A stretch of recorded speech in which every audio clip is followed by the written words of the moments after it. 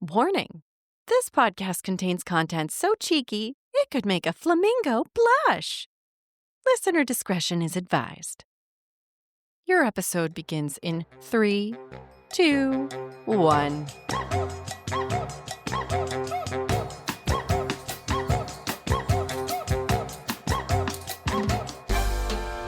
Welcome to the Lusty Library Podcast. This is your dirty dame, Birdie, and I'm a little stuffed up today, which is why you get this extra low register. Sultry. Circa 1990s phone sex operator. Hey, baby.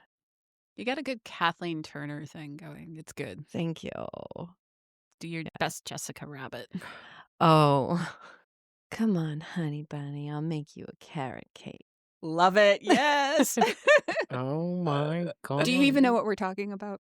Yes, of course I fucking do. Sometimes I don't know. I feel like your parents raised you in a box. Yes, it was more like a box in a bubble. In case you don't know who's talking right now, our friend over here that's in a box in a bubble. That's our dear Joey. Oh, God. The ringleader of this fine hair establishment. That speaks volumes. It does. If you don't realize. Yes, I know. That's why I'm calling you out for the credit that you deserve so righteously as our leader and queen. I've always wanted to be a cult leader. I mean, I guess. It's true. You have. Fucking did it. Yeah. We'll just register you as your own religion. You can be the leader of it and you can get all the tax breaks and it'll be perfect. Nice. And over here, we've got our friend Lex, who's going to just run all the way into the sunset with me with every movie reference that's ever been. And if you did catch the movie reference just now, 2 points for you. Big gold stars. Good job. We'll Yay. give you your nerd card at the end of the episode. This is your first time listening, a little bit about what we do here on this podcast. We choose a romance novel and then we talk about it. Yeah, we drink a lot while we're talking about it, too. There's no better way. Yep. Define a lot. Because, I mean, listen, it's relative. when we make the cocktails while we're sitting here, there's like a whole thing of them. Because, like, guys, you know how it is. The reality of the backside of this operation is like, we're making a whole thing. We're taking photographs. There's extra. So, like, you're not going to let it go to waste. That'd be a You sin. know, open up this whole bottle of Prosecco and throw it down the drain? Oh, that's sacrilegious. Do you like this drink? You know, the more I'm drinking it, the more it's growing on me. The first couple of sips, I went, and the more I'm drinking it, I'm like, oh, my glass is emptying. My glass is emptying rather quickly. Right? This is down my lane. Yeah. This is what I'm calling the Moonfire Lily Cosmo. Oh. Wow, brilliant. I know, I'm so smart. It's basically a sparkling Cosmo. I wanted something that felt magical and fantastical to go with our book for today. Really, I would approve. I think it's pretty good, actually. Yeah, I could also see this basically just being a whole pitcher instead of a mimosa. Oh, absolutely. It's a real boozy mimosa, though. Like, you got to be careful with this one. Do I? Or not. But let's keep it ice cold.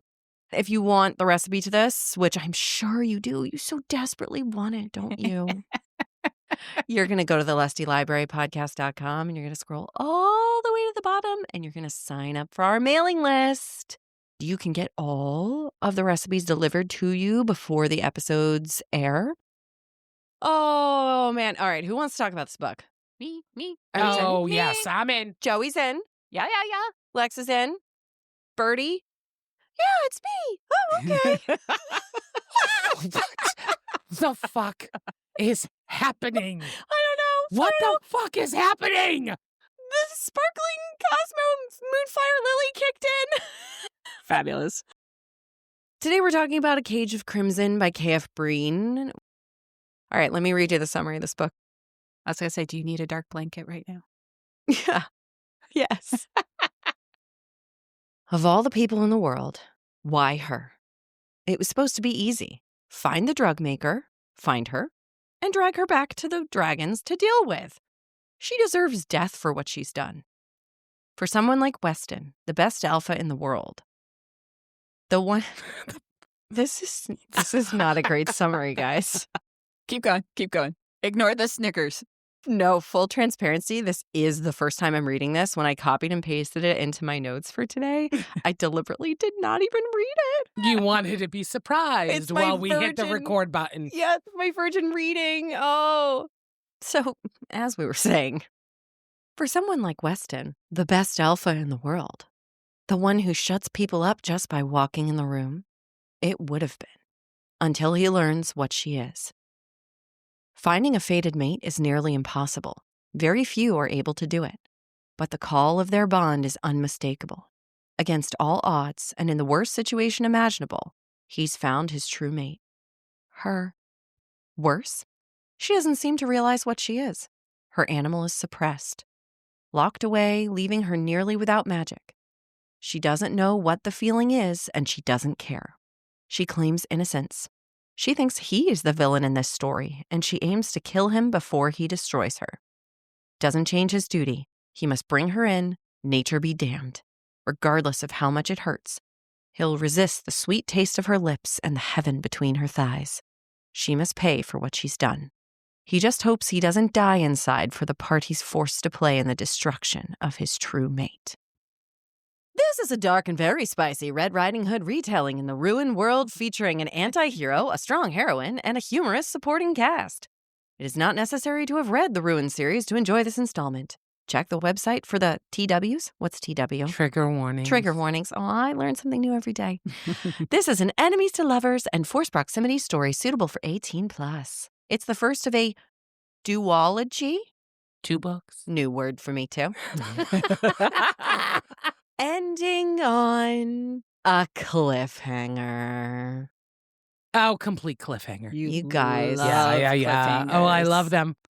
I'm a bit of a masochist. What can I say? What the fuck is wrong with you? Because that means there's more to come.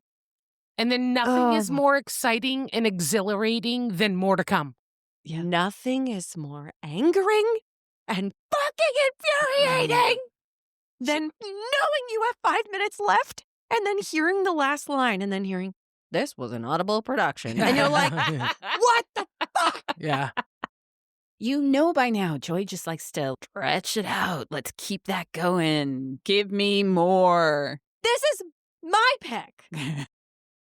I mean, listen, it's a good sign when I'm mad because Yes. that means that it's good enough that I wanted to read more. And did you? I guess I just have to pay the price for not reading summaries. Yeah. It's fine. I just have to suck it up. God damn it. You'll never learn your lesson, will you? Yeah, I know. I love when people take, this is public domain. It's a fairy tale. The Brothers Grimm wrote this 1 trillion years ago. So how many versions of Red Riding Hood have we seen? But I love seeing what people do with it. And I never thought in a million years we'd be dealing with narcotics. Yeah, It's a very loose retelling. Oh, yeah. very loose. Loose in a lot of ways, let me tell ya. Loose at what, 12% of the book starts going. I mean, guys, we might need our sexy stud to come in strong pretty soon here. Yeah. Because the book opens up, the thighs open up pretty fast. In this retelling, our little Red Riding Hood, honestly, for somebody like me who didn't read the synopsis, Mm-hmm. I was like, oh, this is a retelling of Little Red Riding Hood. A couple chapters in, Joey's looking at me with her eyeball popping out of her fucking head right now. What was the giveaway? Granny or the red cloak? It was the red cloak. Okay. Yeah. So we meet Aurelia, which I love that name. It's Yeah, it's so really pretty. Mhm. beautiful. She's a dud in this magical world, which means she has no magic.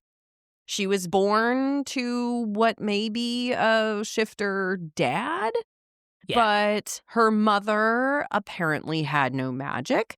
And therefore, so did she, because she's been told, at least, that magiclessness can be passed down. For this reason, she's an outcast. because everybody in this village is a shifter. In this town where she's kind of important, she is the main maker of a whole host of hallucinogenic and otherwise journey-inducing drugs. Well, she does make other things. She makes birth control tonics, relaxants, stress relievers, sleep aids. She basically is the town pharmacist using natural ingredients. She wants to make people feel good, and she specifically makes things so that it's not addictive, can be habit-forming if you abuse, and it's supposed to improve the quality of people's lives. Our sweet girl, she's so prim and proper, but she tests every batch, and I just love the way she talks about it, where she's very much like, oh, well, this journey was getting a little bit too intense, so I figured out a way to put a fail-safe in, so if it takes the wrong turn, you can turn off the journey by curling up in a ball in a dark corner. And I was like, oh, damn, that's my kind of hallucinogenic drug. Yeah. I would like that. She really convinced me that I would take her drugs. Well, it's hard because she has no one. She has no friends. People in the village tolerate her. Granny basically took her in when she lost her mom when she was 14 and basically is really the only person she would even consider a friend, but Granny's her boss. Granny is her savior. Not just lost her mom, like her mom was killed by a mob, basically, and she's been on the run, and she was surviving on the streets, and that's when Granny took her in.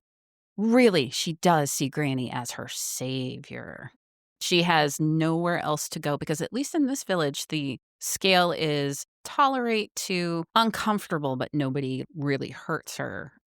The village is run almost like is it a communist or a socialist society where you all do the same thing and the government gives you what you need? It's totally communist. Okay. Yeah. Okay. Yes. I was trying to stay away from that word, but, Granny's a communist dictator. she pretty much is. They are sealed off from the rest of the world. Yeah. They've got a perimeter with patrols and the whole bit. Yeah. Like Aurelia goes off on a mission to find an ingredient and actually strays, quote unquote, off the path out too far. And they think she's escaping. So the patrols bring her back. And she's like, I stumbled. I got lost. Why would I run? To her credit, why would she run? She feels safe in this town. People understand that she doesn't have magic. They leave her be. She feels like if she went outside of this town, she would be accosted. Granny, the communist dictator, keeps her safe. She rewards her for good work. She gets nice presents. Pretty presents, including a beautiful red velvet cloak. And that's where I went, oh, she's straight off the path. Ha, ha, ha. Oh, she got a cloak. Oh, okay. Yeah, I see where we're going here. Ding, ding, ding, ding, ding. Yeah. All I knew about this book was that it was a shifter novel. And I was like, great. Oh, there's going to be a wolf. And she's got a cloak. And there's a granny. Oh, my God. Granny, the communist dictator. How many times can I say that? She really does give Aurelia preferential treatment. When we first meet her, it was hard to suss out how did I feel at the beginning of the book about Granny. Was I like, oh, yeah, she is a leader of a drug ring, but she really does love Aurelia. Oh, you definitely understand that Granny is conniving. She is smart. She is manipulative. Oh, highly. And she's extremely powerful. She has a lot of money to get done what she wants to get done.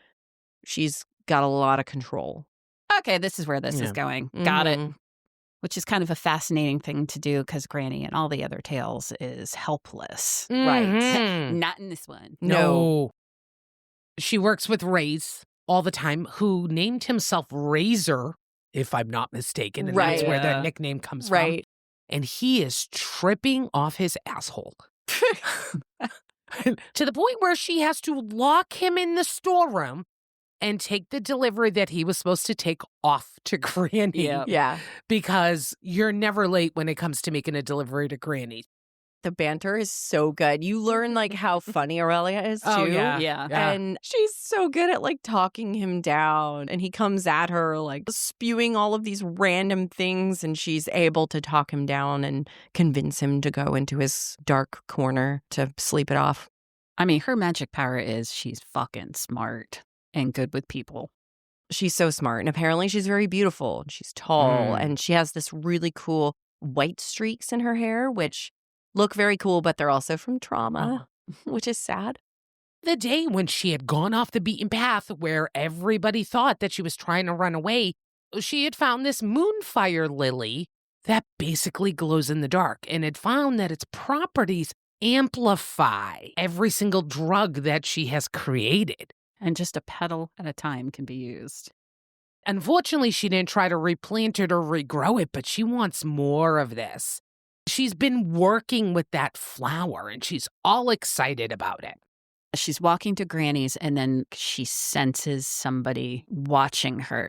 Even though she doesn't have magic ability, she says over the years she's developed this ability to sense when danger is coming, and that's helped her in all these situations.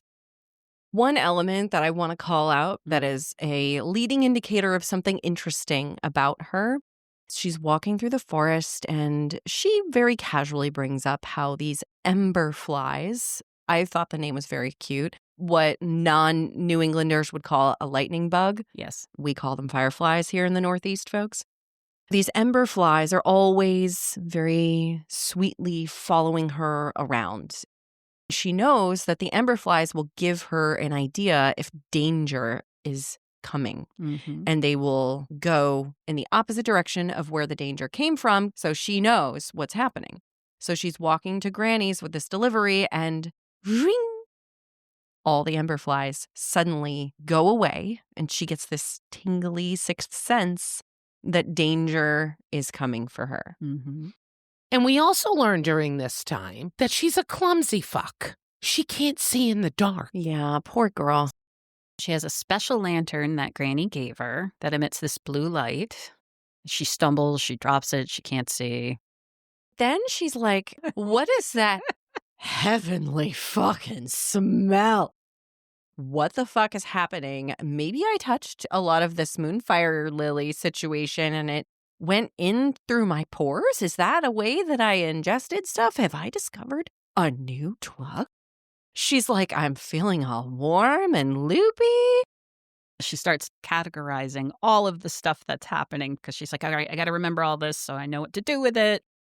She hears this little twig snap and someone steps closer to her in the darkness. Why don't we just let our sexy stud read the next part?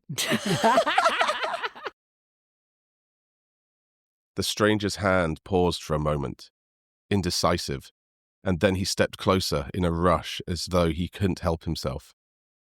His foot scraped against the ground. He grabbed my trousers with two hands and yanked them down. The night air washed over my bared skin.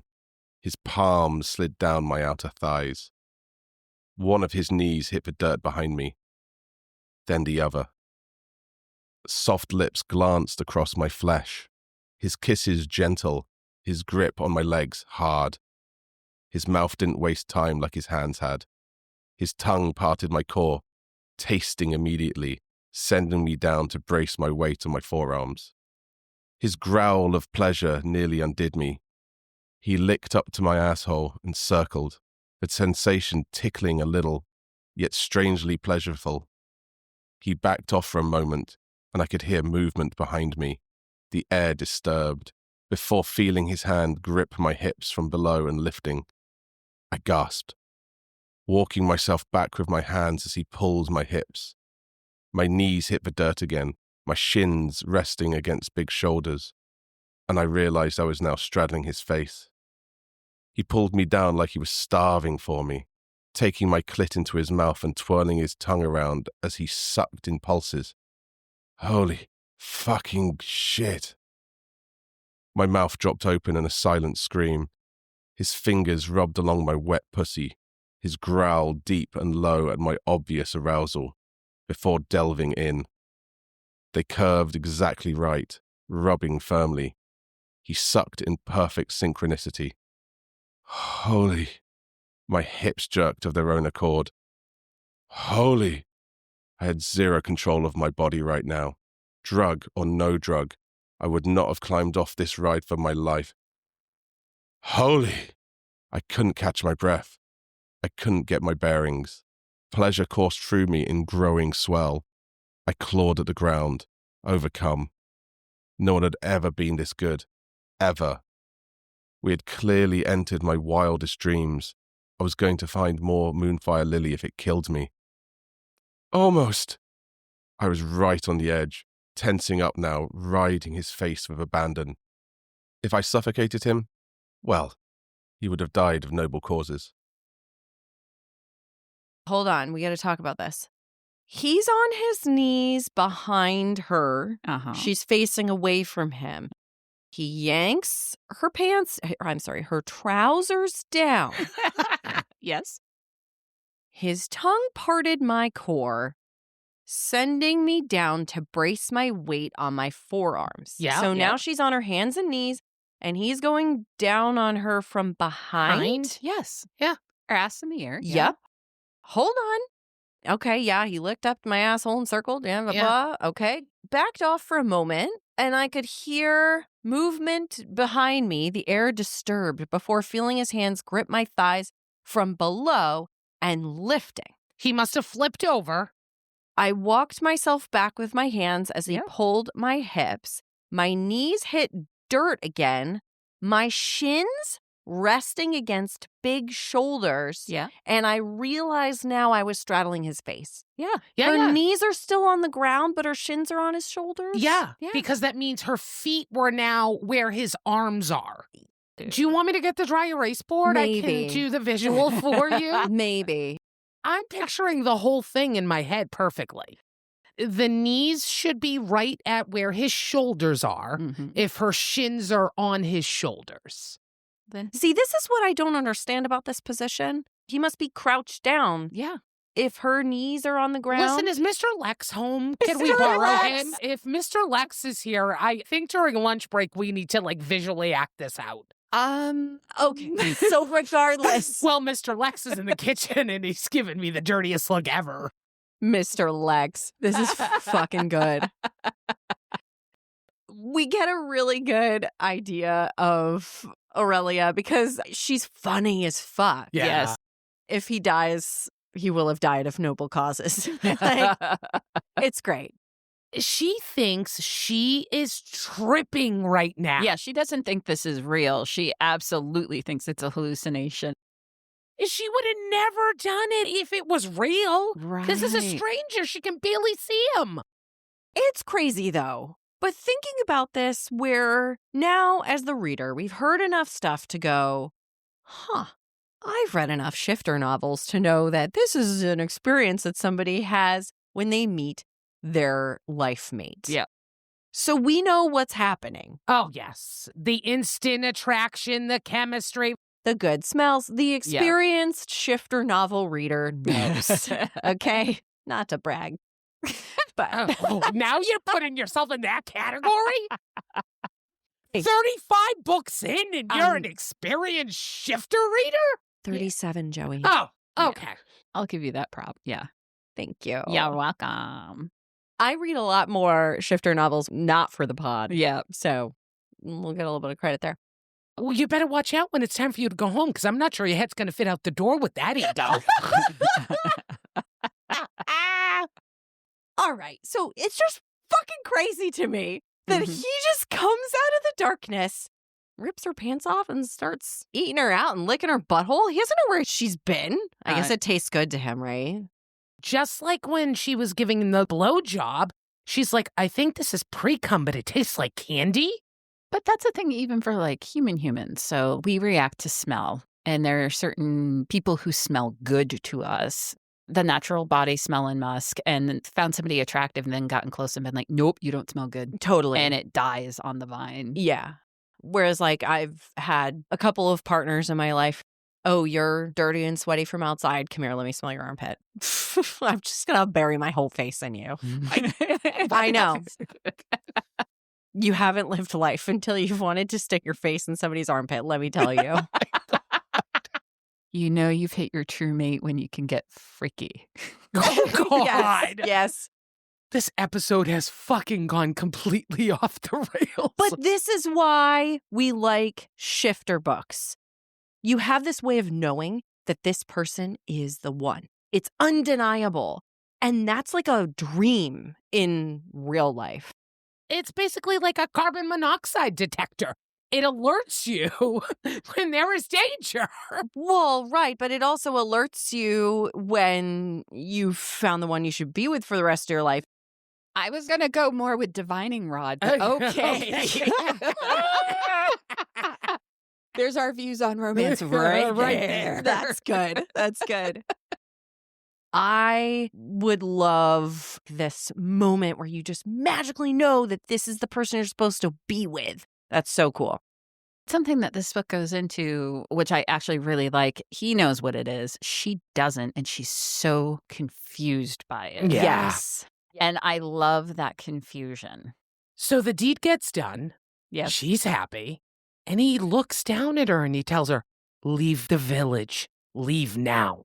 Don't come back. Start a new life. This is your one warning. What the fuck? Yeah.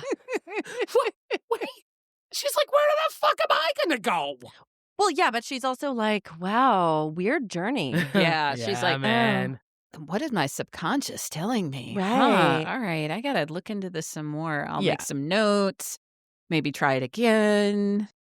Shit, I got to get to Granny. I got to deliver this stuff. I don't want to suffer the consequences again. Yeah.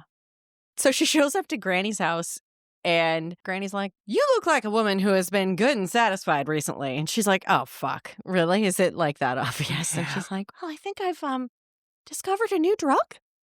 And Granny's like, yeah, okay, well, go find more of that shit. And I want to make money on it. Sounds fucking great. Well, guess what? I have this present for you. You'll be warmer when you're hunting around in the middle of the night to find these glowing flowers. Here's this really cool red cloak. Aurelia has drab clothes, like the barest essentials. Yeah. Everybody in this village is just living barely at the poverty line. God, it's so sad. To get this rich, gorgeous cloak is... It is so ridiculous to imagine her wearing her like drab chic clothing with this ridiculous red velvet cloak. Yeah. Like, Granny, so out of touch. She gets the cloak. She goes home. We find out in the next chapter that this incredible masculine guy that had this altercation with her is an alpha wolf. He's not just any alpha wolf. He is the most powerful alpha wolf of his time. How about that? How about that? How about that? What are the odds? And she literally brought him to his knees. He's been sent to bring justice upon the people who are supplying these drugs and killing people. We learn that these drugs, apparently, are infesting the area. They are extremely potent, they are extremely addictive, and they are killing people. These drugs have invaded all kingdoms, but he's from a different kingdom. He is on a covert mission because nobody can find out that he's been sent by the kingdom he's from. Yeah, it's pretty fucked up. This is when we find out, as a shifter, you can hear your inner animal. And his wolf talks to him. And his inner wolf is like, you know who that was. We are fucked. Yeah. He has been watching her. They know that she works for Granny and has been making the drugs. And then his wolf says to him, hey, there she is. That's your true mate. And he's like, holy fuck, what the hell did I just do? I slept with her, but I'm supposed to be capturing her and bringing her to the Dragon Kingdom so that she can face trial for all the bad things she's doing. What the fuck? And possibly be facing a death sentence. Whoopsie daisies. Don't you hate when that happens? Wow. So sweet Aurelia, she's back home. She's making stew, trying to just live her life.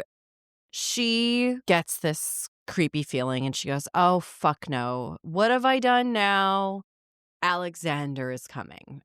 He's Granny's muscle. Yes. You fuck up, you get out of line, you get Alexander to come and take care of the situation. He's like the captain of the muscle. Yeah. Yes. He's got underlings, but when he comes to take care of things, you are fucked. Her little spidey sense starts tingling, and she's like, he's fucking coming. So she's ready, and when the knock on the door happens, she's like, fucking, what do you want? Oh my God, what have I done? And he's just chatting with her, and she's like, what the fuck is happening? Are you here to like get your rocks off? Like, what are you doing? Regardless of why he showed up at her house, eventually he's just like, well, fucking hell. Like, Granny wants me to go out and look for some fucking flowers with you. Put on your fucking cloak that I know she gave you because you're spoiled rotten, and let's go. And she was just like, you're not going to beat me into a pulp right now? Okay, cool. Great. All right, let's go look for some flowers. Because apparently he's taken care of her before. Yep. When she strayed off the path, he beat her within an inch of her life. Yeah. It took her days to recover. Oh, when she gave her extra food to other little children who were starving because Granny wasn't giving the town enough food. I'm sorry, because the communist dictator wasn't giving the town enough food. She got beaten for that too. So yeah, Granny's looking real good right now. They go out into the woods, and the ember flies again are following them. And Alexander's like, dude, what the fuck is with all these flies everywhere? Like, I've never seen so many of them in all the kingdoms I've been to. What the fuck? He's having a hard time seeing. He's complaining. He's being a baby bitch boy, as far as I'm concerned. He's looking around, and then all of a sudden, they start to hear someone walking next to them, and then the ember flies go whoop. Aurelia tries to tell Alexander, like, oh my gosh, there's danger. I was surprised that in this turn of events, it goes really quickly. All of a sudden, Alexander's like, run to Granny's house. You have to run. Like, there wasn't any fighting or anything first. He was just like, run. I thought that was kind of weird. He senses the danger. He has enhanced hearing. He can feel when there are other shifters, when they get within a certain distance. If he can get her to safety while he holds back whatever's following them, it totally makes sense. Yeah. All right. He stays behind, and she's running, and she loses contact with him. Tripping, stumbling, again, she's clumsy. She's not able to see well. And eventually she's like, oh my God, I'm actually on the right path. Oh my God, I made it to Granny's cottage. Thank God. Who knows? Somebody might be in there already. So she grabs an axe from the wood chopping pile outside, throws open the door. I love this part. This was so good. I envisioned it like people fighting in a cartoon. All you see are like lines. She opens the door. She sees Granny dead on the ground, surrounded by 4 shifters. Meanwhile, there's a dude with an axe in the chest. Yeah, she has fucked them up. And then all of a sudden, somebody walks in the front door. And she goes, holy shit.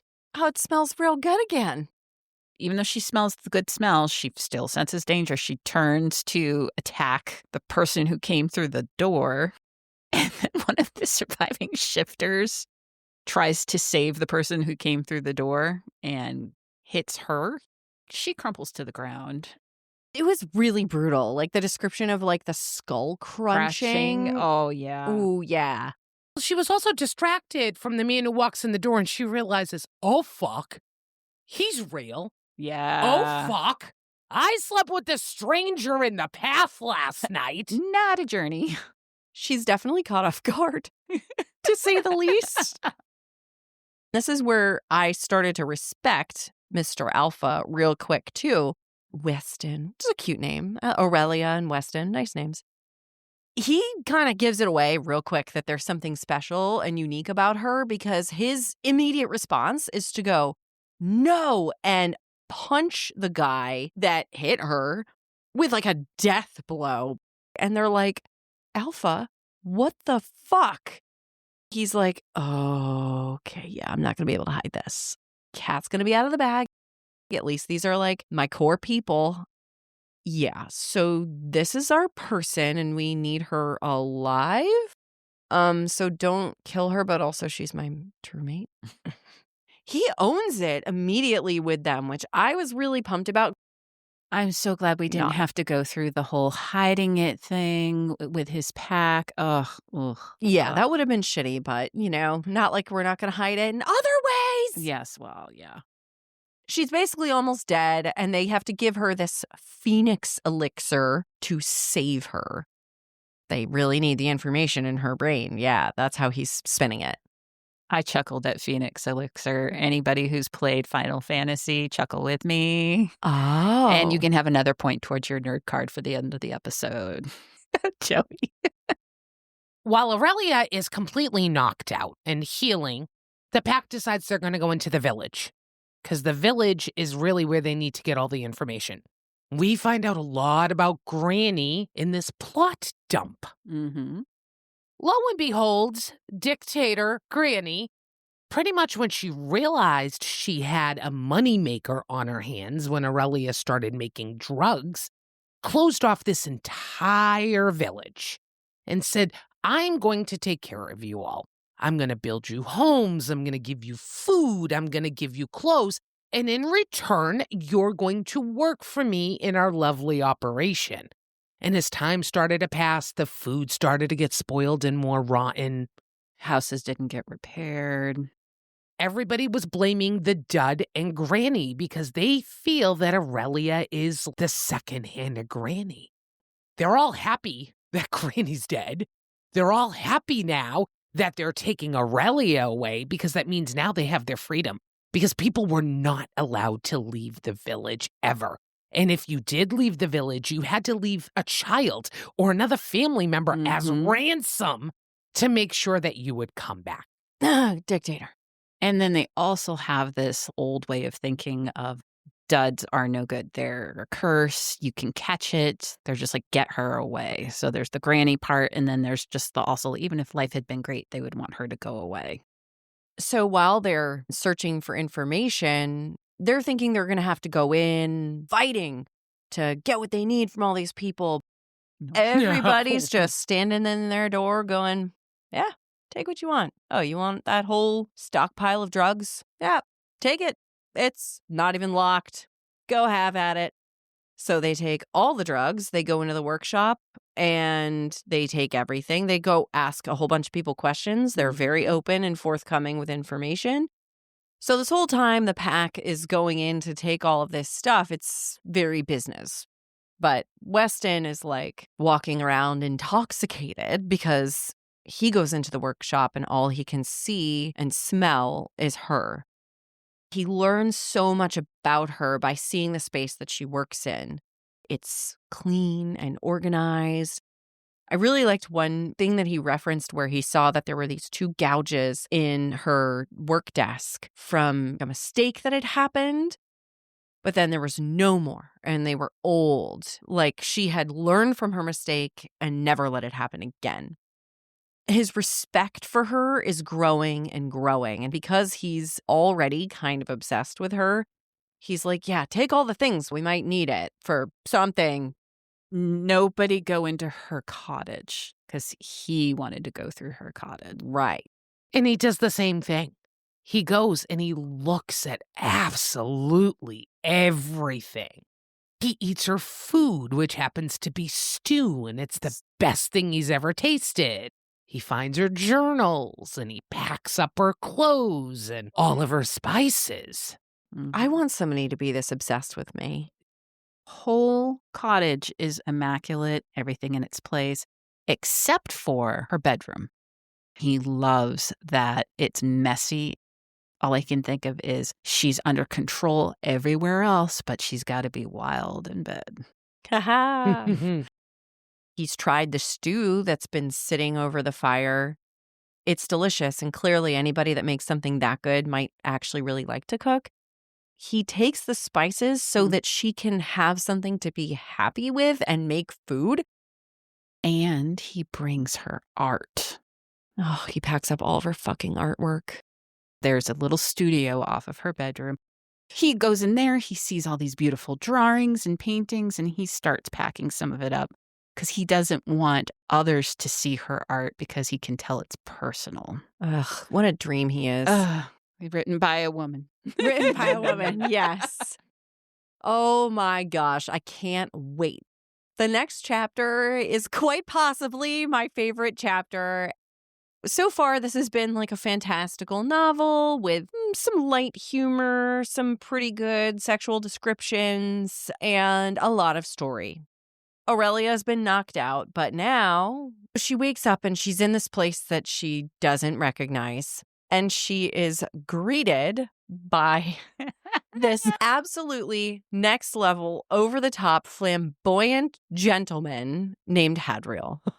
Oh, he's such a beautiful, beautiful gay boy. I love him. Oh my God, do we love Hadriel from the very first line? Of course. Good morning, my queen. How was your... Oh, sorry. Wrong job. Good morning, prisoner. Yeah. How was your stay? Something to that effect. He was so funny from moment one. They end up having this ridiculous conversation about his jacket. He is dressed in his finery. Yeah. He has leather shoes with tassels and breeches and this jacket and a spear in his hand. She's just like, what? Yeah, and she's never seen anything so colorful in forever. Everything is like sepia tone in her village, basically. It's like so sad. The color of mud. Yeah. For him to walk in there with this like rainbow brocade jacket, she's like, what the fuck? They're talking and she kind of interrupts him and she's like, I'm sorry, are those penises on your jacket? He's like, wow, you are astute. I knew you'd be smart. I wore it just for you. Yes, you can count them. They have this immediate banter and she's immediately like, wow, I think I trust him? Like, what is happening right now? One of the things that Hadriel brings up to her is why they've captured her and that her drugs are killing people. She's adamant that her product doesn't do that. She has safeguards into place, and she has Granny tell everybody who uses her product. They keep insisting, well, we see what's happening in all of the kingdoms, and that is why the Alpha has captured you.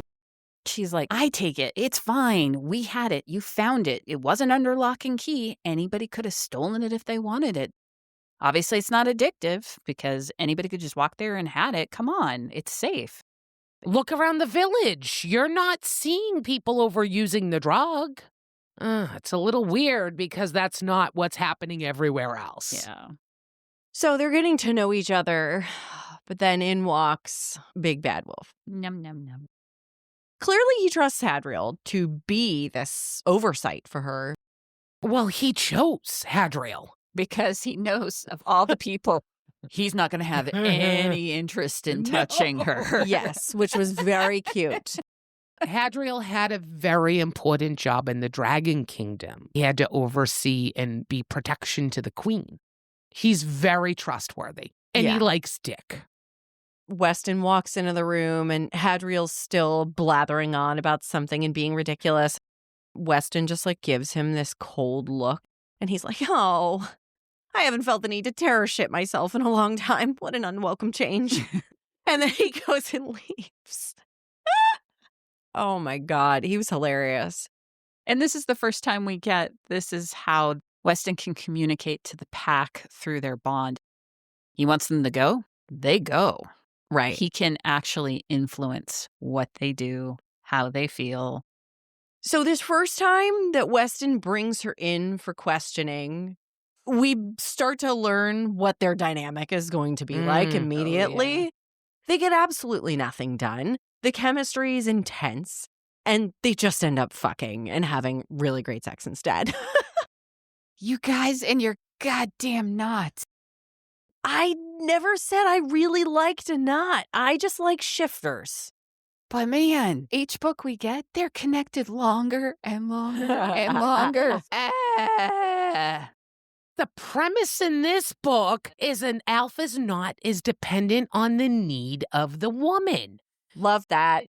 If she needs to leave, that knot's going away in 5 minutes. If she needs to be cuddled and taken care of, that knot could be 4 or 5 days long. And I also want to point out that in this book, the knot induces orgasmic pleasure. Yes. It does in the other books, too. It does for her. Yes. Yeah. Usually she's having 7 orgasms when that Well- knot is blown. Well, yeah, but like they talk about it just as a side thing. But this one, he's like, you could just sit still Yeah. and you would continue to have orgasms.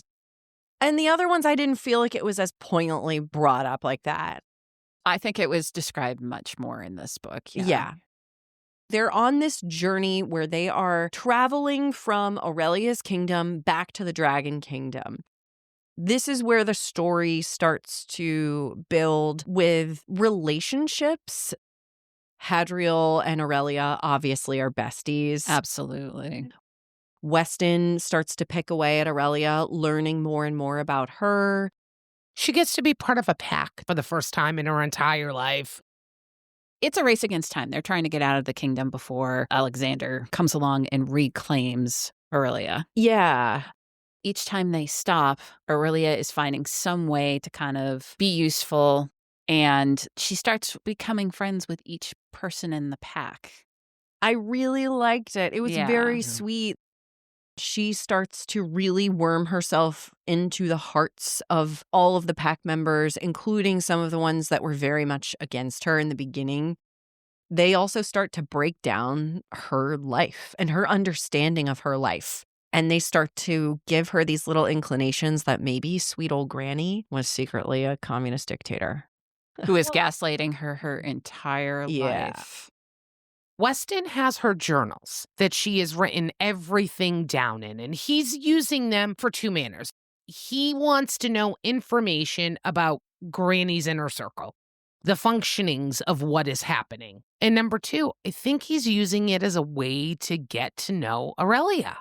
And Aurelia is like, oh my God, I'll tell you whatever you need to know. Do not read my journals. That's not cool. During the travels, she starts to tell stories of her life. And the members of the pack start to really feel for her because the girl's had a shitty fucking life. She talks about some of her sweetest memories, and they're like, that's fucking sad. Yeah. It's presented as kind of funny. They're all like, can you stop telling your sad stories now? And she's like, what? I'm just telling you like a story about my childhood. And they're like, yeah, we're really depressed now. So she starts to realize that like maybe her life hasn't been as sweet as she thought it was. She's having like a real reckoning. Yeah. And Weston sees through the journals that in the beginning, she was talking about being in pain and being lonely. And as she gets older, she just adapts and starts reasoning. Trying to make the best of the crappy situation, but he's seeing the crappy situation that's being outlined. All she's known her entire life is she's a Dutch. She has no powers whatsoever. And Hadriel's just trying to explain to her, no, it doesn't get passed down. No, that's not a real thing. And she's like, well, Granny's tried tons of times to pull my wolf out. It doesn't sense anything. Oh. And what we didn't talk about was when she entered Granny's cottage to fuck up the shifters in there, they all felt her power. And they all were like, holy shit, who is this person? Weston told them, this is my true mate. They were like, oh, yeah, well, okay, yeah, makes sense. And he says, well, she's suppressed. And they were like, but she's so fast already without her animal. And they're like, well, yeah, because if that's his true mate, she's got to have a shit ton of power. And so you start getting so excited to meet her wolf. Because we realize through the stories that they tell that shifters, when your wolf comes out, and usually have somebody who helps pull it out, there's a whole process of learning how to work with your wolf. And so it's unusual for her to be, what is she, 30? Yeah. Right. And to have had her wolf suppressed for so long. Right. Why didn't Granny pull out her power and still manipulate her? Mhm. What is it about Aurelia's power that's different? I don't know about you guys, but I had already assumed, it's because Granny knows that Aurelia is way more powerful than her. Absolutely. 100%. At one point, they're plodding along on their journey. All of a sudden, they find out their prisoners have escaped. Well, what the fuck? How did they escape? Weston's like the most powerful alpha ever. How did he not notice? Well, he was a little bit busy at the moment. Because Aurelia is not the only prisoner they took from the village. They took some of Alexander's henchmen. But we don't know about this because Aurelia has been specifically not told that they also took other prisoners from the village. They were saying that as they try to capture these prisoners who have escaped, the bond with them felt like they were grasping at water.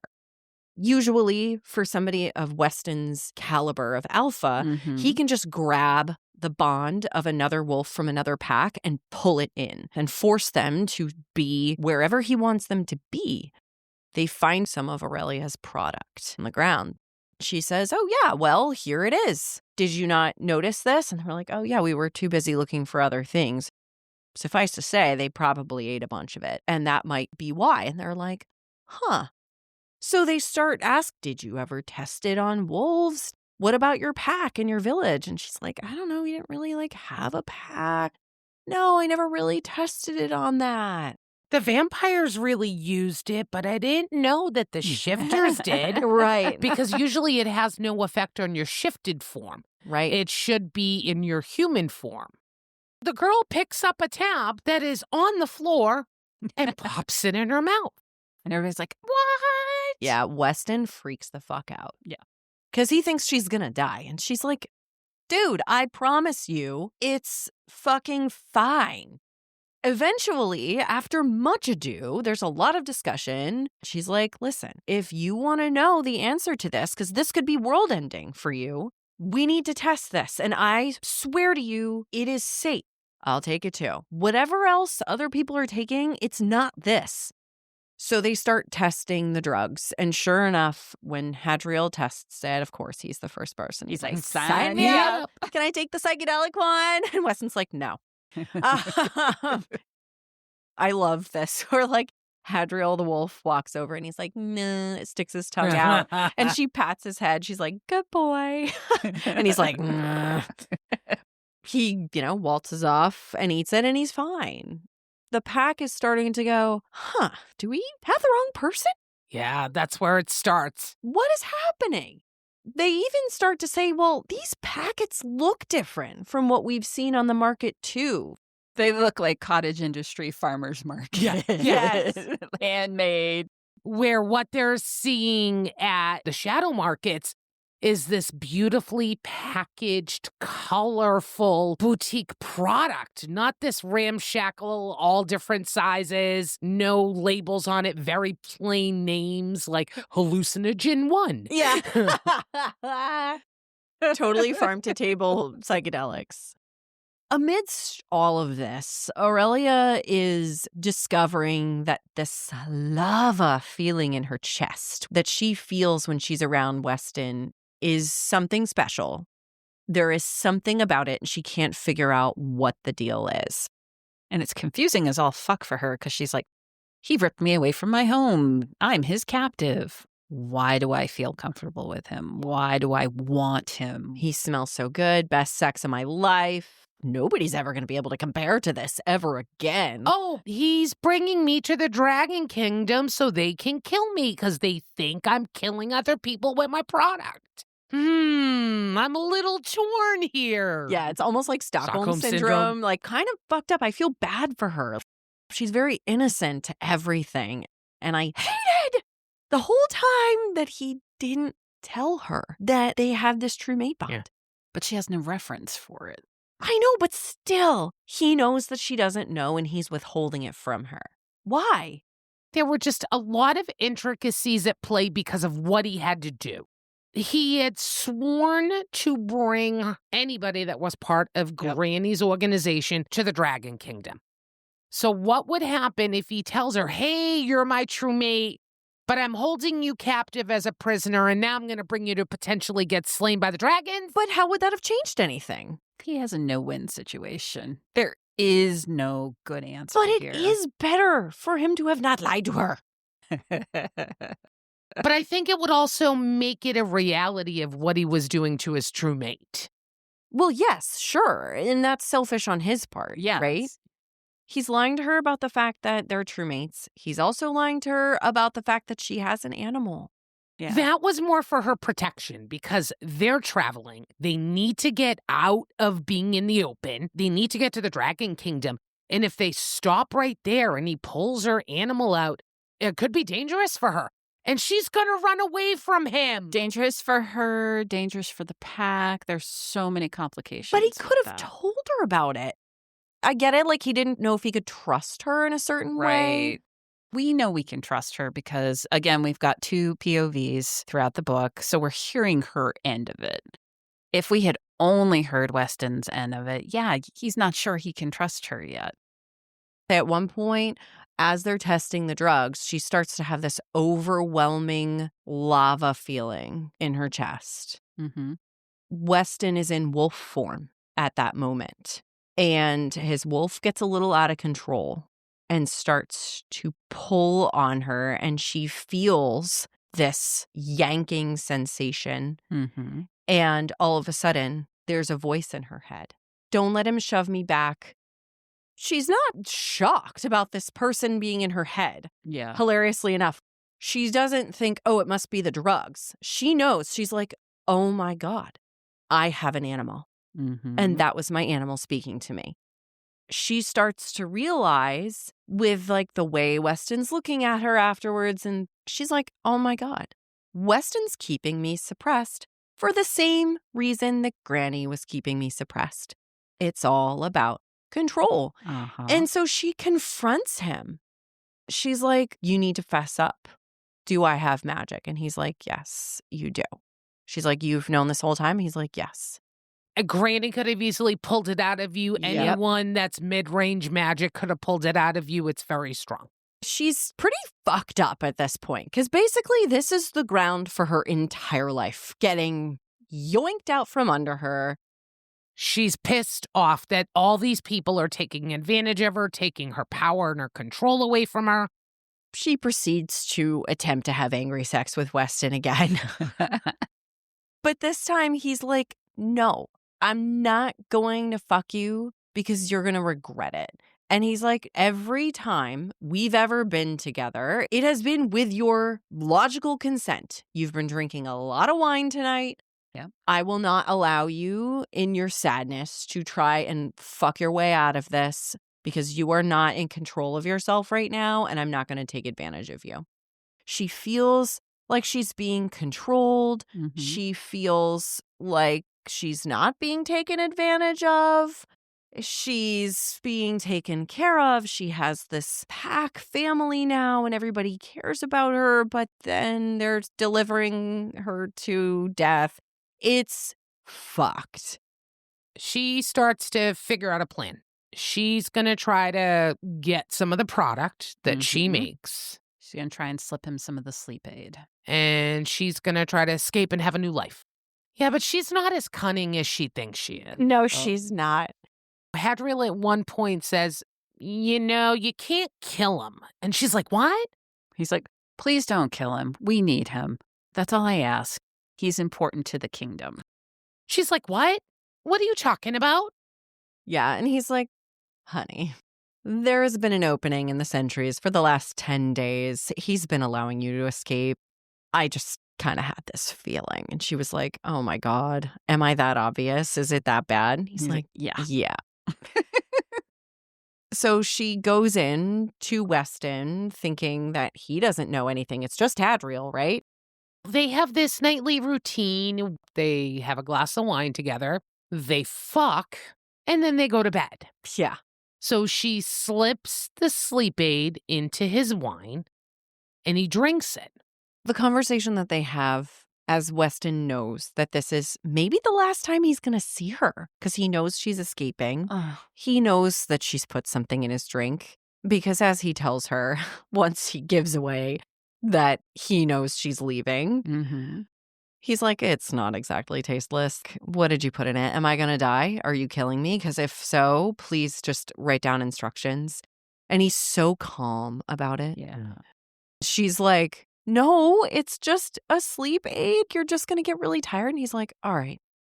He gives her this moment where he's like, don't you want to know why that shit happened to us in the forest that first time we met? And she's like, I'm too overwhelmed. He gives her an out to understand about the mate situation in that moment. And she doesn't take it. There's been multiple drops even before this where other pack mates have accidentally said something about this thing. Yeah. They're fucking cooking. And he's like, oh my God, you taste so good. You shouldn't have tasted this good until we've imprinted. He says these things. And at one point he bites her and he's the only one that can bring her food. It's obvious to anyone who's lived in the world. Even though she lived with shifters, she was a dud. She was excluded. But she knows it, too. She's like, oh, if he bites me any harder, like, I'm going to have a really hard time out in the world. Don't forget, true mates is so rare that she didn't know anybody in the village who had a true mate. You know people who have a mate, but not a true mate. It was so frustrating at this point. I'm like, give me one fucking payoff. So we think that this could be the last time they're going to fucking talk to each other. And he's being so sweet. And he's like, I'm starting to get tired. Please let me touch you. Can I take your clothes off? I need to feel your skin against mine. I was like, Yeah. He's like, you can take the things out of your pockets. I know you've been hiding them. It's okay. Just let me take your clothes off, please. I haven't been able to for days since you've been shoving those things in your pockets. And she's like, what the fuck? How did you know? And he's like, I see everything you do. Mm-hmm. I notice everything about you. I'm obsessed with you. And I'm like, oh my God. Why can't he just fucking tell her that they're true mates and he loves her so much? He realizes she needs to see what is happening out there. It's true. And she needs to make her own choices. And he's also worried that if he got her back to the kingdom, what would be worse? That they knew each other were true mates, and then he gets back to the kingdom, and he doesn't know what the Dragon Court's going to do. If she gets sentenced to death, it's either she dies or he breaks all his loyalty, he fractures the pack, and he makes her escape. So, like, there's just no winning for him. Oh, poor Weston. Yeah. I felt really bad for him. He's trying to do the right thing. I get it. The comedy of fucking errors of her fucking escaping. Oh my God, she's hilarious. Oh God, I know. And I love that, like, the pack members kind of guide her Yeah. out. They're like, no, not this way. No. Come to find out the next day, he finds out that Dante, who had been cleaved in the chest by her in the beginning, and it took him a minute to warm up to her, but he ended up really enjoying her and being friends with her. Dante led her towards the town and pointed her in the right direction. He was saying to Weston the next morning, yeah, you think the dozens of other people that she walked by as she's clomping loud as fuck through the forest were actually sleeping? Like, no. They were turning a blind eye because we all want her to be free. And we are all with you on this because you're doing this on purpose, right? And Weston's like, no, what are you talking about? And he's like, right, okay. Oh, so you're sending the search party out for her? And he's like, yeah, we're going to send a search party out for her. Oh, you're on the team who's going to go look for her. Yeah. You and the 4 other allies she has made. Yeah. In the meantime, Aurelia has made it into this shisty, awful fucking town. She slept in a hayloft. She's just a hot mess. Totally no street smarts. But she starts to see these people who are clearly tripping balls. And she's like looking at them with this scientific lens. And she's like, his pupils are extremely dilated, but maybe like he took multiple doses at once? This is very interesting, but the drooling is not something I'm used to seeing. Yeah. And everybody is very thin. There's an appetite suppressant. This is very interesting. So she's making all these notes, and she's scouring the place to find the wrappers that are next to these people. So the next day, she ends up finding a stall that's selling Granny's snack boxes, as they're calling them. She's really digging in. She's like, wait a minute. What's with this packaging? What's on the coating of these? And the guy's like, lady, do you want the fucking drugs or what? She's like, well, I need to inspect my products before I buy them. And he's like, products? And he's immediately like, something's going on with this person. This lady is acting real weird. And she starts scratching the coating off and breaking it open. He's like, what the fuck? You break it, you buy it, lady. And she's like, okay, fine. So she buys a whole shitload. She buys one of everything. And he's like, who the fuck is this square buying these drugs? Oh, but all of a sudden a little light bulb goes off in his head. And he's like, yeah. The tip goes out. She's been noticed. Mm-hmm. I did really enjoy her, again, having this moment where she's having to talk some people off the edge while they're tripping balls. And she's like, breathe fire onto your foe like a dragon. Come on, man. Bigger breaths. She's just very charming. One of the people comes out of it and he's like, are you an angel? She's like, no, I think I'm actually the bringer of hell. And he's like, no, I see a light in you. You are hell's nemesis. Oh. So she immediately goes and takes it. No hesitation. And she gets fucking nauseous as fuck. She goes through this disgustingness before she even gets to the high. Yeah. Well, what does this coating do? Why are you feeling like this? This is not what my stuff does. If I look underneath and scratch this coating off, this is my product. It's pretty fucked up, the experience that she's having. And all of a sudden she's like, oh, well, they weren't lying. So whatever the fuck is going on here, something's happening to my products. Yeah. As she's tripping balls, this person comes over to her and is like, oh, hey there, little lady. You do look a lot like the sketch we saw. Yoink. Yeah. You're coming with us. So she's kidnapped. Again. This Yeah. is our second kidnapping in as many weeks. But this time she's tripping balls while it's happening and she's sick. So really, it's kind of scary.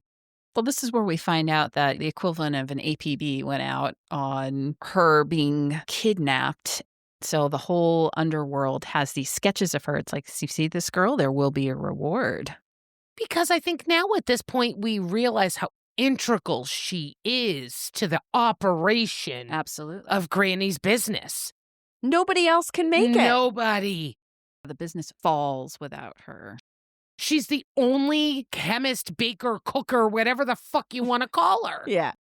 It's even cooler. At the beginning, we do hear that like they had tried to train other people, but nobody else could do it the way that she did it. They're fucked without her. In the meantime, Hadriel and the Aurelia sympathizer gang have gone out to, quote, look for her. They're out. They're in this town at the same time as she is. They know this is where she's gone, and they're very casually looking for her. They know they're not really trying to find her, but they're still just going to put an ear out. Hadriel's great at getting the gossip. He's sitting there at this tavern, and all of a sudden, he starts to get some really good info. Oh, yeah, you hear they found a lady, blah, blah, blah. Oh, yeah, well, and he starts to really go fishing for the information without trying to be too obvious. And he's like, well, I think I saw her too. Yeah, well, I guess they must have brought her someplace pretty silly. They brought her back to the kingdom, right?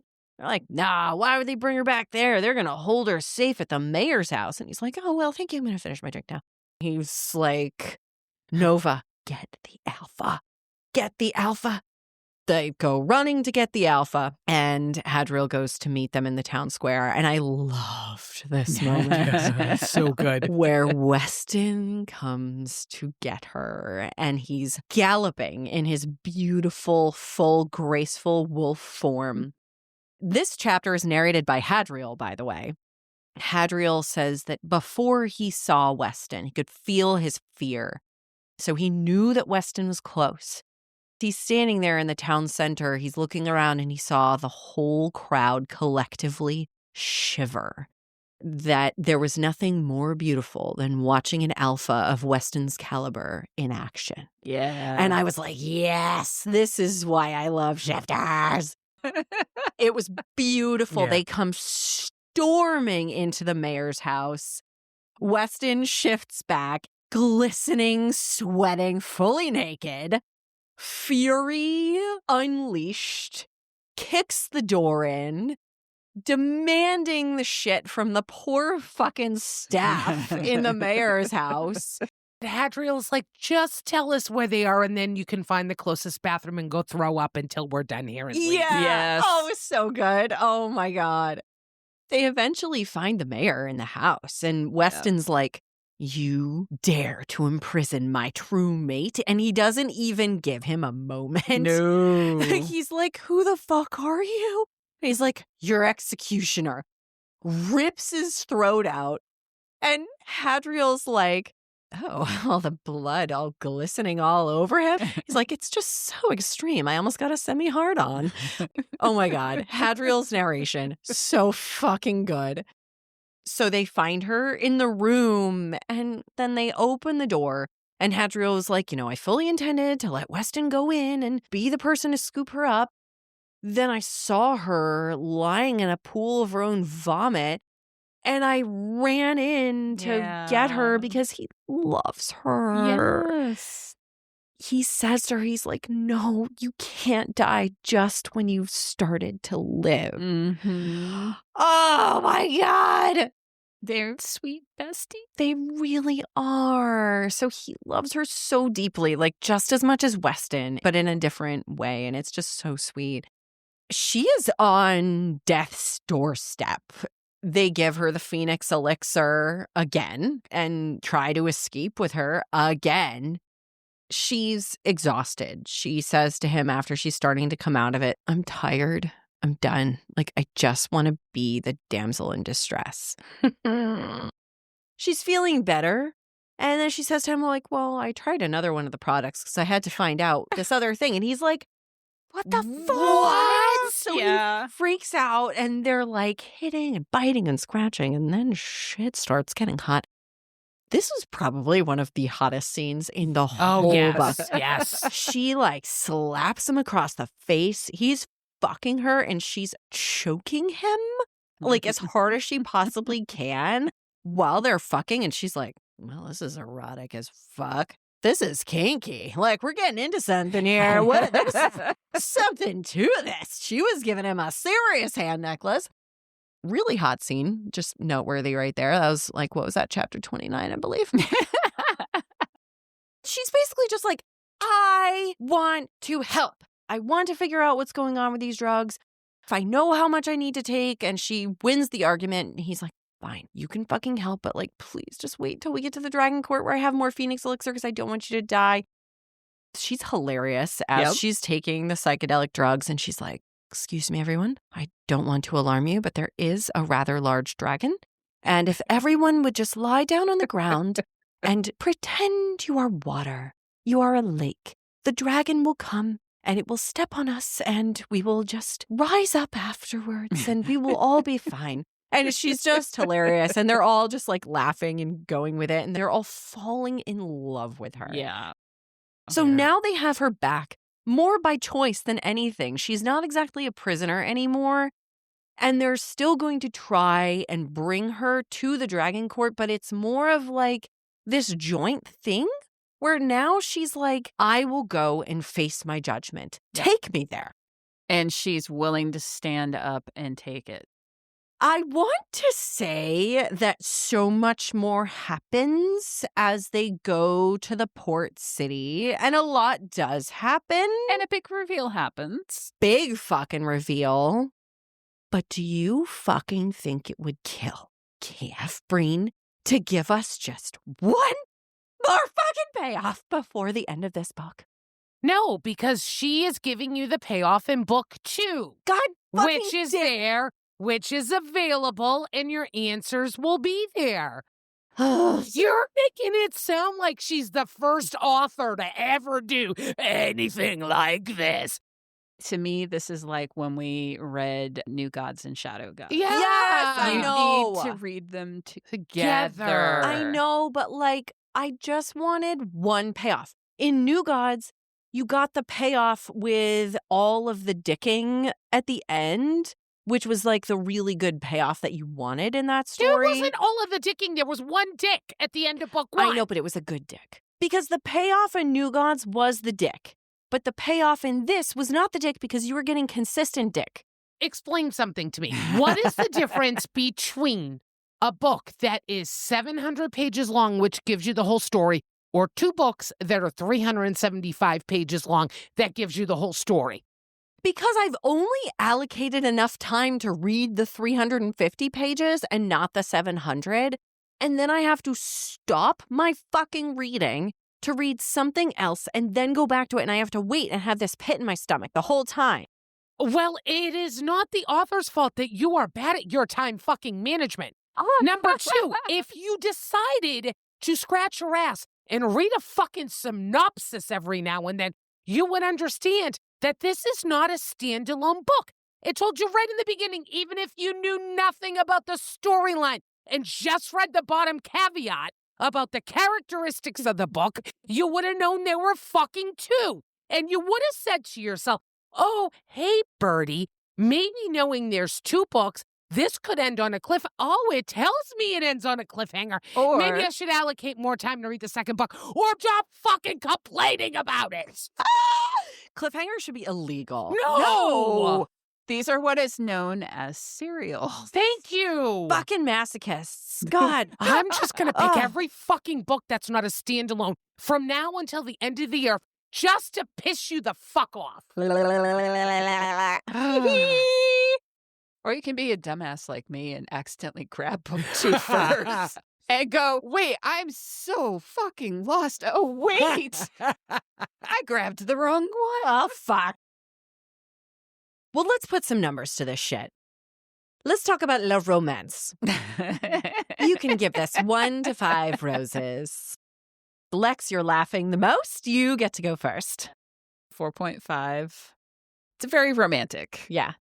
They start off hot and heavy. And then Weston the whole time is in this debate because he just wants to love her. And he's like, this is a fucked up situation. And how are we ever going to be at the point where it can just be about love?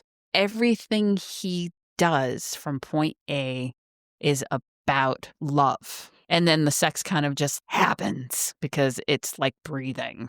Yeah. Very romantic. Mm-hmm. I'm at a 4.5. He works so hard to get to know her by looking at her place, by reading her journals, by talking to her, by understanding her. I get it's that chemical, biological shifter thing that initially draws them together, but he's also putting in the work to get to know her. He is. And she does actually start doing that towards the end, too. She's like, you know so much about me. Tell me about you. What's your favorite color? He's like, fuchsia. I thought my drink was going to be more fuchsia. I can't lie. I wanted it to be fuchsia just for him, but the Grand Marnier made it not fuchsia. He's like, because as an alpha, I have to have all this control. My entire pack has to entrust in me, and that's my way to break out and be a little bit wild. It was sweet. It was so, so romantic. A 4.5. I'm giving it a 4. I thought it was super romantic. I wanted her to be more invested in it, and I think in book 2 we'll get that payoff. Yeah. I'm hoping, at least. Yeah. God, if we don't, I'll be fucking kill myself. I mean, she's trying to learn what love is the whole book. Since her mother's death, she has not known love. That is true. Yeah. She's been gaslit to think that love was a certain thing. Mm-hmm. All right, what about the smut? You can give this 1 to 5 water drops. Joey, where are you? So there was quantity. There was quality. I don't know if the kindling was being added to the fire to keep ramping it up for me for some reason. So I'm kind of at a 3.75. I mean, it was a good smutty book. I liked it interlayered with the storyline. There's a lot of emotional components to this and relationship building in this book. So it was a nice layer. It's like the sauce you add to a pasta. Can you eat the pasta by itself? Absolutely, but it's so much better with the sauce on it. It's not dry. Such a good Italian. Easier to swallow. And I make so many fucking food analogies because all of us eat. Yes. So that's the easiest way to describe things is in the terms of food. And it's lunchtime, so I'm a little hungry. It is lunchtime. Give it to me, Lex. Where are you at for this one? I don't know if Joey saw me raise my eyes when she said 3.75 because that's where I am as well. Huh. Interesting. I'm not even going to go into the nodding thing again. We know how I feel about that. Well, that's why I'm surprised you actually rated it that high. It will always knocking it down. Quantity. There's a ton in there, and there's variety, and it gets a little dirty sometimes. Yeah, okay, there's some good sex in there. I would also almost say there's almost so much quantity that there were some moments where I was like glazing over the hot bits to see if we could get to some more plot. And I'm like, did I just skip sex? Yeah. I did. Oh, dear. Wow. We've hit that point. Wow. So sometimes that much quantity isn't always necessarily what I want. Yeah. Yeah. And that's why it's knocked down a little bit. Yeah. I was at a 3.5. To be honest, for me, quantity doesn't always mean quality. Yep. It's interesting because I reread a couple of the scenes. I was like, was I just not in the right cycle when I read that? Was I not in the right headspace? I don't know. In theory, this should be really, really, really, really hot. There was only one scene that got me like, ooh, okay. Really like steamed up. So for a book with as much quantity as this had, to only get me really steamed up like one time, there was just something about the writing. And it's interesting. I'd like to do a comparison where I go back to all 39 of the books I've read so far. It's more like 45 at this point with the off-season reading. And pull out all of like my favorite scenes and put them next to each other and do like a scientific analysis to understand what is it about the different writing styles that really does it. For me, it went full in right away. Like there was no build. It was like, boom, you're already there on the ground. There was no building of the sexual chemistry. It was like, okay, we're doing it. Yeah. Maybe that's what it was. That's true. And it's actually the intimacy that the focus was building the whole time. And maybe you're right. Maybe that's why is that once it's built, that later scene was hotter for you. Was way hotter. Because there was more emotion tied to it. Yeah. It wasn't just about the want. Mm-hmm. It was now about the connection the two of them had. Yeah. Maybe. All right, let's talk about the story. All right, Lex, you can give this 1 to 5 storybooks. Hit me. There is no shame. 2.5? What did you say? 0.5? 2.5. Oh. I've never given a 0.5 to any book. There's one coming up that might get one, but we'll save that for later. Wow, listeners, you're going to have to keep tuning in. I can't wait to find out. But let's stick with this book. So 2.5. Again, we've got a tale that's been told 1,000 times, and that's okay because it's always about what do you bring to the story. Yeah. And obviously, I was interested enough because I bopped to the next book because I want to see where this is going and where the author's going to bring it. The story itself, I think the author's doing a great job of bringing something very new to this tale. For me, it's the way it's written. And it's not that she's particularly a bad writer, but I have a thing about when information is dumped to me in dialogue, kind of like, I hate to say it, word vomit. I'm just like, okay, I get it. All right, can we move along? And how many times we talked about the product. I'm like, okay, I get your product's not bad. Stop trying to convince me. And every time she had to convince a new person about this, I'm like, I'm tired of hearing this bit. If I was sitting in the pack, I'd be like, I'm going to go on guard duty. I'll be right back. That kind of brought it down for me. Yeah. At the same time, I had to move on to the next one. So maybe I bop it up to like a 2.75. What do you think, Joey? I am very, very torn over this. I don't know if the two of you know, I am a rabid KF Breene fan. I suspected. I have read her Demigods of San Francisco series. One of my favorite, her midlife crisis series. For me, this is an easy read. I read, I enjoy, I digest. It doesn't require a lot of brain space. Where I have the issue with this book, I think the concept and premise of a reworking of Red Riding Hood, super cool. I feel it was almost stretched a little too much. It was probably too much for one book, and then maybe not enough for two. This kind of didn't move fast enough for me. I couldn't possibly begin to agree with you more. It was absolutely spread way too thin. I got the feeling of it a little bit midway through, like it wasn't dragging too much as I was reading it. Like there are some books where I read and I'm like, this is slow. It didn't necessarily feel slow. It just felt spread thin. You can eat a piece of cake that has a thin amount of frosting on it and feel happy. But in the end, you're just like, I would have rather just had a smaller piece of cake with more frosting. Did you like my food analogy? Yeah, but I want a good cake to frosting ratio, goddammit. But that's what I'm saying. It's like she gave us the crumb layer frosting and not the real frosting. I'm giving this a 3. I feel like it's because the first book, obviously, it cannot be a standalone because you get literally zero satisfaction out of reading the first book. So you have to read the second book with it, which is why it's not rated higher than a 3. I was angry because I am me. The cliffhanger drove me nuts. But I will read the next book. I am truly compelled. I really want to see where she's going with this.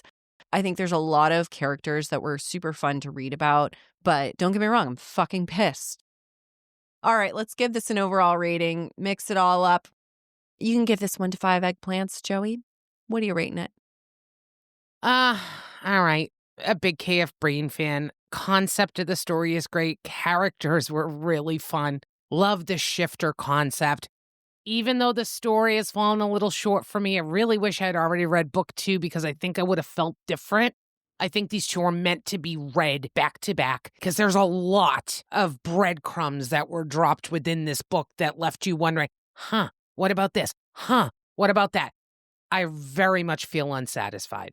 This book was a 2-pump chump, but I'm still giving it a 4. It sounds almost like you agree with me. No, completely don't. Moving on.